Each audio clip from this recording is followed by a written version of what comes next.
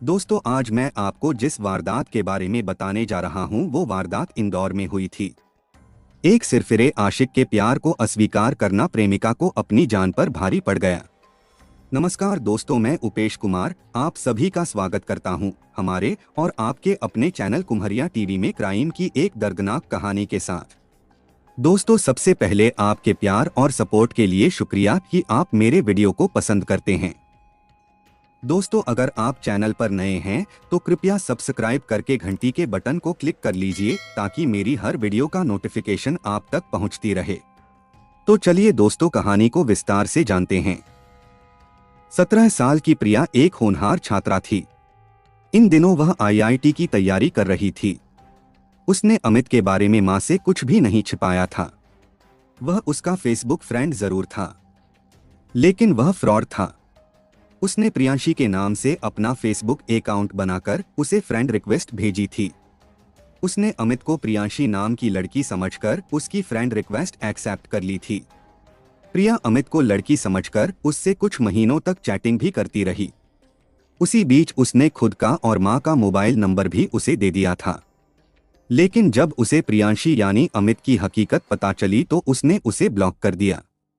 Block किए जाने के बाद अमित उसे मोबाइल पर फोन ही नहीं करने लगा, बल्कि प्यार का इजहार भी कर दिया। प्रिया के लिए यह परेशानी वाली बात थी। वह इस बात पर खार खाए बैठी थी कि पहले तो अमित ने फेक अकाउंट के माध्यम से उससे दोस्ती की और जब वास्तविकता सामने आई तो फोन पर प्यार का इजहार करने लगा। अमित के इस दुस्साहस से नाराज प्रिया ने उसे जमकर लताड़ा और आइंदा कभी फोन न करने की हिदायत दी। अमित नहीं माना और फोन न उठाने पर मैसेज करने लगा। इससे प्रिया को लगा कि यह सिरफिरा मानने वाला नहीं है, इसलिए उसने उस पर ध्यान देना बंद कर दिया और पढ़ाई में मन लगाने लगी। जब प्रिया अनदेखी करने लगी तो अमित उसकी मां किरण को फोन करने लगा। उनसे उसने अपनी मनोस्थिति बताई कि जब से प्रिया ने उससे फोन पर बात करना बंद कर दिया है तब से वह काफी तनाव में रहता है। उस तनाव में उसका सिर फटने लगता है। अगर वह एक बार आमने सामने बैठाकर प्रिया से बात करा दें तो शायद उसकी परेशानी दूर हो जाए। शुरू में तो सख्ती दिखाते हुए किरण ने बात कराने से मना कर दिया था, पर जब अमित के फोन बार बार आने लगे तो उन्हें लगा कि यह लड़का एक तरफा प्यार और गलतफहमी का शिकार हो गया है। ऐसे में अगर उसकी इच्छा या जिद पूरी नहीं की गई तो वह इसी तरह प्रिया को ही नहीं, उन्हें भी परेशान करता रहेगा। 27 सितंबर 2016 की सुबह जब अमित का फोन आया तो किरण ने सोचा कि आखिर इस अमित नाम की गले पड़ी मुसीबत से एक बार बात करने में हर्ज ही क्या है। लिहाजा उन्होंने उसे घर आने की इजाजत इस शर्त के साथ दे दी कि उसे जो भी बात करनी है वह खिड़की से होगी। अमित इस पर भी तैयार हो गया और ठीक 10:30 बजे उनके घर पहुंच गया। किरण पेशे से ब्यूटिशियन हैं और उनके पति श्याम बिहारी एक कोचिंग इंस्टीट्यूट में काम करते हैं। प्रिया इन दोनों की एकलौती बेटी थी। वह काफी होशियार और समझदार थी। उसका पूरा ध्यान अपनी पढ़ाई और कैरियर पर रहता था। इंजीनियर बनने की अपनी तमन्ना पूरी करने के लिए वह एलेन कोचिंग इंस्टीट्यूट से कोचिंग भी ले रही थी।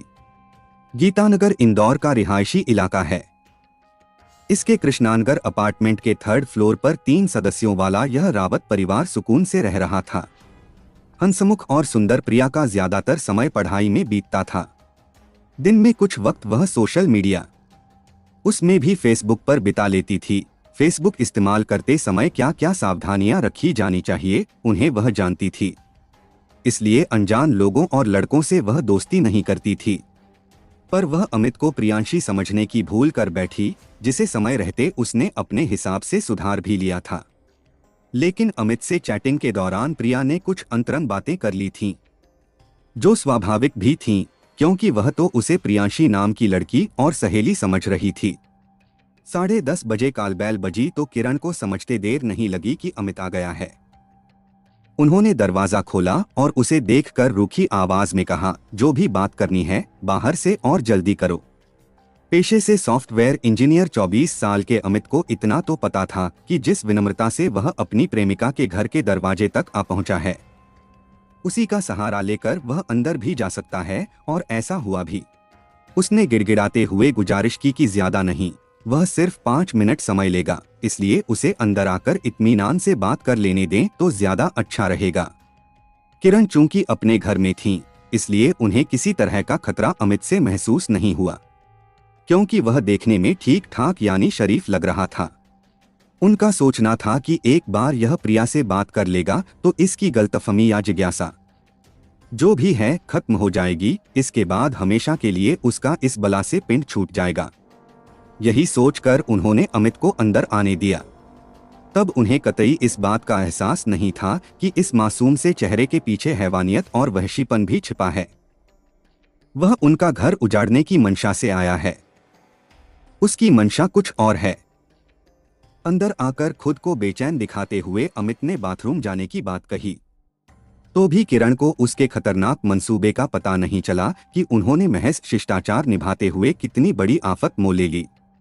इजाजत पाकर अमित बाथरूम की तरफ लगभग भागा तो वह ड्राइंग रूम में उसके वापस आने का इंतजार करने लगीं कि वह आए और अपनी बात कहकर जाए। फ्लैट के भूगोल से अनजान अमित जाने कैसे प्रिया के कमरे तक पहुंच गया। उस समय वह स्कूल जाने के लिए अपना बैग तैयार कर रही थी। वह दबे पांव प्रिया के पीछे पहुंचा और साथ लाया चाकू निकालकर उसके ऊपर हमला कर दिया। अचानक हुए हमले से प्रिया चीखी तो उसकी चीख सुनकर किसी अनहोनी की आशंका से घबराई किरण उसके कमरे की तरफ भागी। अंदर अमित प्रिया पर चाकू से ताबड़तोड़ वार कर रहा था। उस हालत में यह सोचने का समय नहीं था कि क्या किया जाए, इसलिए बगैर समय गवाए किरण ने बेटी को बचाने की कोशिश की तो अमित ने उन पर भी हमला कर दिया।